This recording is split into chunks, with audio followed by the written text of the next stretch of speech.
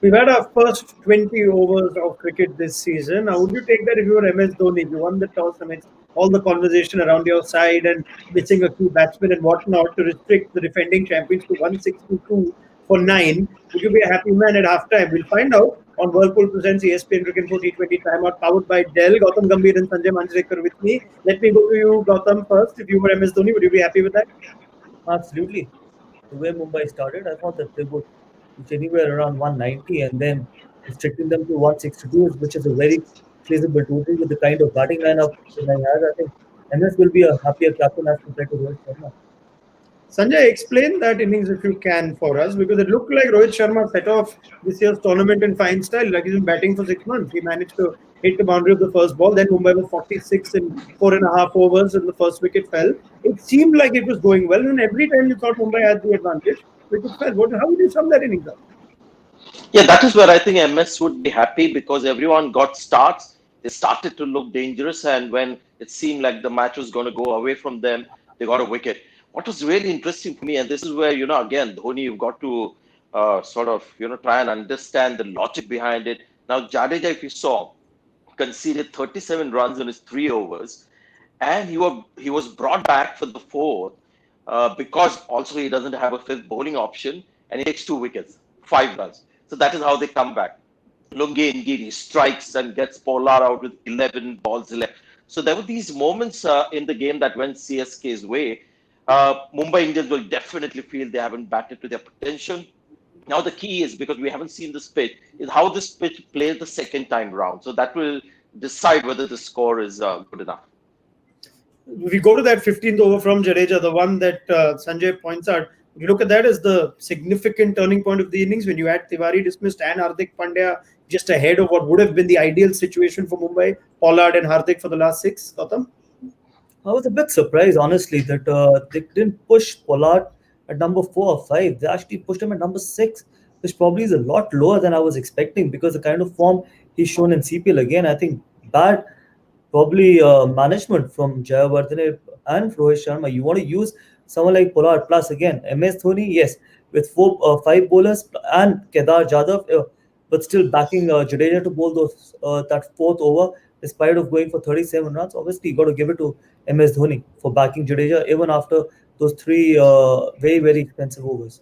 Can you overthink these things, Gautam, at times where Pollard and Hardik, they're my finishers, and therefore you resist temptation to send them earlier? Can that happen at times? Overthinking roles for players? For me, it was bad, absolutely bad thinking, because you know that Hardik hasn't played any cricket, Saurabh Tiwari hasn't played any cricket, Surya Kumar Yadav, Rohit Sharma, all these guys haven't played any cricket. The only guy who's played some form of cricket was Pollard, so you would want to use his form, and still sending him at number 6 where there was hardly any overs left. He got out in the 18th over, and how many balls did he face? 7 or 8 deliveries? So that is probably bad thinking. So that was a debate which we were always discussing about what number should Pollard bat at. For me, I think in this batting lineup, not later than number 5. Yes, you've got Hardik Pandya, you've got Krunal Pandya, Saurabh Tiwari, all those guys, but Pollard is someone who was in form. And again, you pushed him too deep in the batting order. But again, good captaincy from MS Dhoni, because he knows how to keep coming back. Despite of such a good start for Mumbai Indians, and Piyush Chawla again. I think we were talking about Piyush Chawla, that how important was Piyush Chawla. Actually bowled the 5th over and got a wicket of Rohit Sharma. So that is how important Piyush Chawla is for this team. Yeah, I mean, we'll come to Chennai's bowling, in particular Piyush Chawla. You think a standout 1 for 21 from 4, but strong words from Gautam, Sanjay. These things have worked for Mumbai in the past, though. Perhaps that's one reason why you hold a Pollard back. But would you agree with Gautam that was a move that was miscalculated? I'm just happy Gautam is on the show, because now all my comments will seem very mild, and I'm really enjoying his company. I would argue that Gautam would challenge you to make your comments. I can't challenge him anywhere. So you challenge your comments. Yes, Sanjay. Okay. In that process, in me trying to be humorous and cheeky, I have not heard the question properly. The strong words from Gautam on Kieron Pollard. It has worked for Mumbai in the past, though. Would you agree that with Gautam that call was perhaps miscalculated today? I didn't mind the batting order. With due respect Okay. to Gautam, my colleague here, who's really been, helping me on this show, appeared to be the very mild and very nice guy. With due respect, I didn't mind the batting order. When Hmm. Pollard got out, there were 11 balls left in the innings, and that is where Pollard is at his dangerous as well. Had he stayed till the end, he would have taken that score well past 180, 175, 180. And that is the role I like for Pollard, especially when you have people like Hardik Pandya. Surya Kumar Yadav, I thought, played well. Saurav Tiwari is interesting. He gets this one game in 3 years and he still manages to make a contribution. The turning point was that fourth over, and when they got those 2 wickets through Jadeja, maybe Dhoni's hand was forced. So it was one of those innings where things really happened. I don't think there were many tactical blunders or tactical miracles. It's just Mumbai Indian batsmen got out at a time which suited Dhoni perfectly, just when it felt like the match was going out of their hands. Gautam, if I am to just go a little deeper on this point, you think when those 2 wickets fell of Rohit and Quinton de Kock, we're looking at the fifth over. Now, if you're seeing Pollard bats four, you're looking at 15 overs of Pollard. Now, yes, top form in the CPL with the Trinbago Knight Riders, but do these things sometimes change decisions? When 2 wickets fall together, you think maybe Pollard's a good idea with his form, but then two have fallen. That's 15 more overs of Pollard. Would you still have done that? See, Ronak, if you want to take that punt, you got to take that punt initially in the tournament, in the initial half of the tournament as well. If you want to play those, and that is the reason why I was saying that I would have never pushed Pollard beyond number five. Okay, Sure. well, 2 wickets in the first 6 overs, you can actually still send Surya Kumar Yadav and Saurabh Tiwari, but then after Saurabh Tiwari, probably before Hardik Pandya, I would have definitely Right. pushed Pollard because Hardik Pandya would also play the similar way. There's not hardly any difference between Pollard and Hardik Pandya because Hardik Pandya knows only one way to go. I think he could be a finisher as well. So my only point was to use Pollard's form. Yes, he's Sure. done brilliantly for Mumbai Indians as a finisher, but it is only about getting someone to get more balls to play. And that was the reason why I actually thought that if you want to take that punch or that gamble, it has to be early in the tournament. And probably I would have gone the positive way of sending Pollard probably at number four. I would have All right. definitely taken that risk.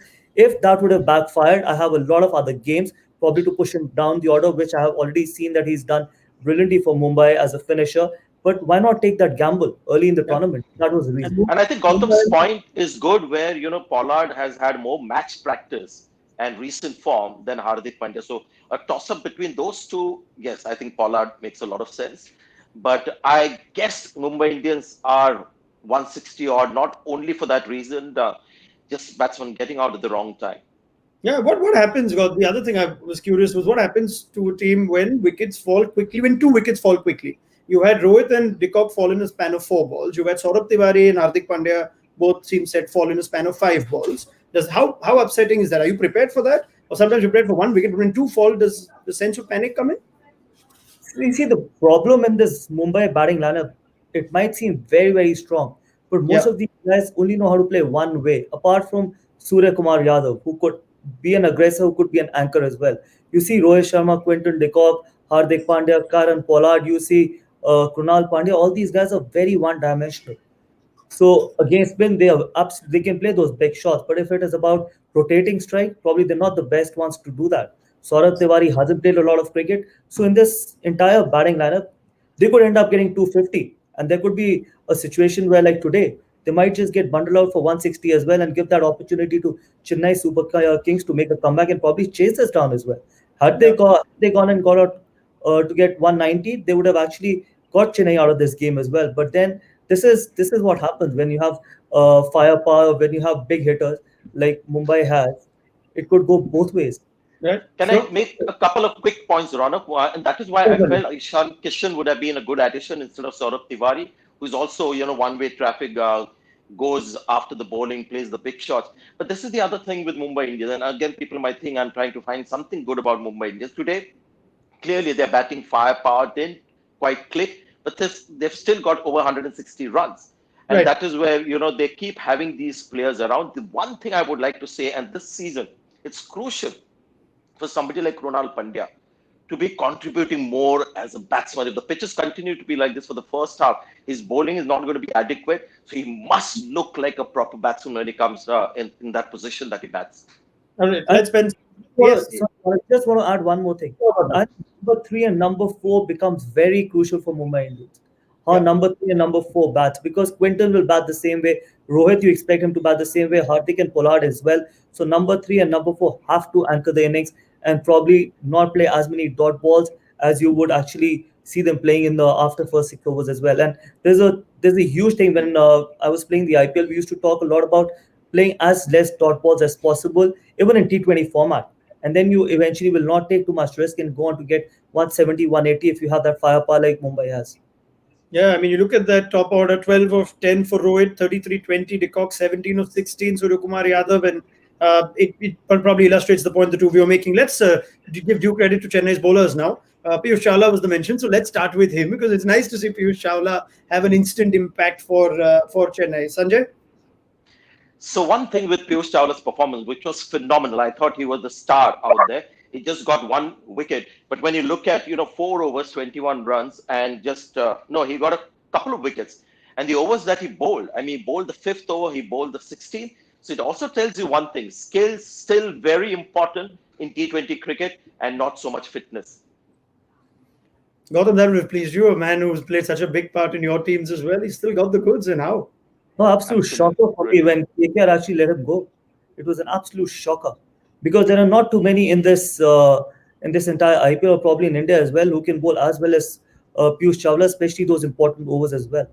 And when you get someone like Piyush Chawla in Gautam, the would it be the pitches, Eden Gardens? Gautam, would it be because the pitches don't turn as much at the Eden Gardens anymore? But still, between Kuldeep Yadav and Chawla, I think I still would have gone with Chawla. But Again, the point is that you don't make other teams stronger by just letting someone go, just because you don't give him that opportunity to play in the playing 11. And if you give that opportunity, people like MS Dhoni, people like Chennai Super Kings will definitely cash in.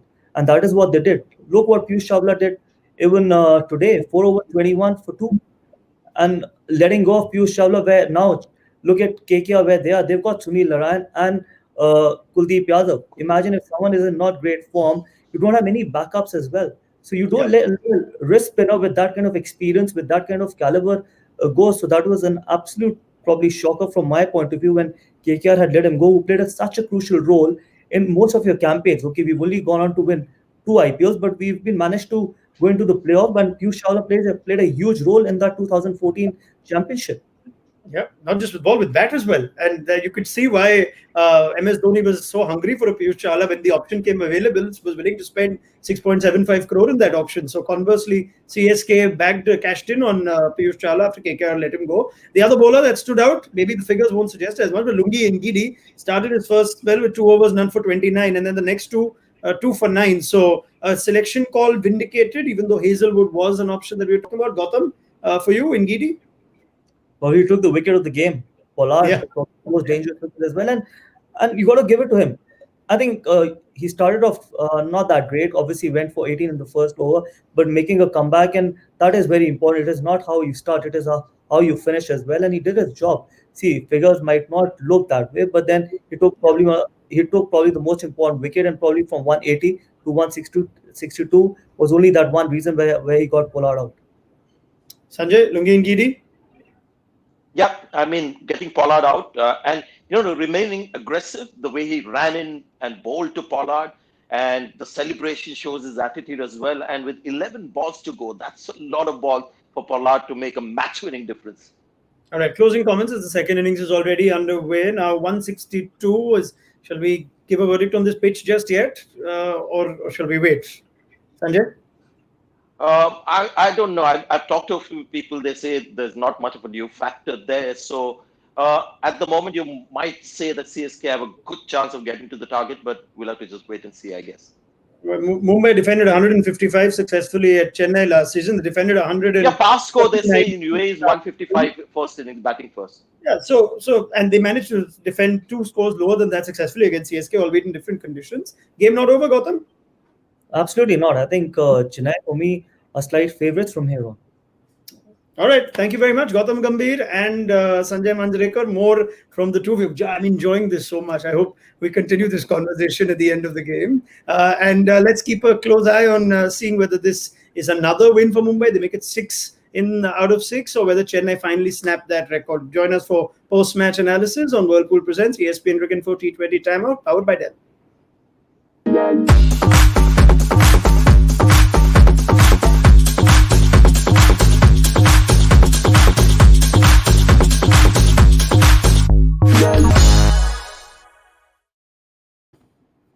Thank you, gentlemen. Good show. See you guys in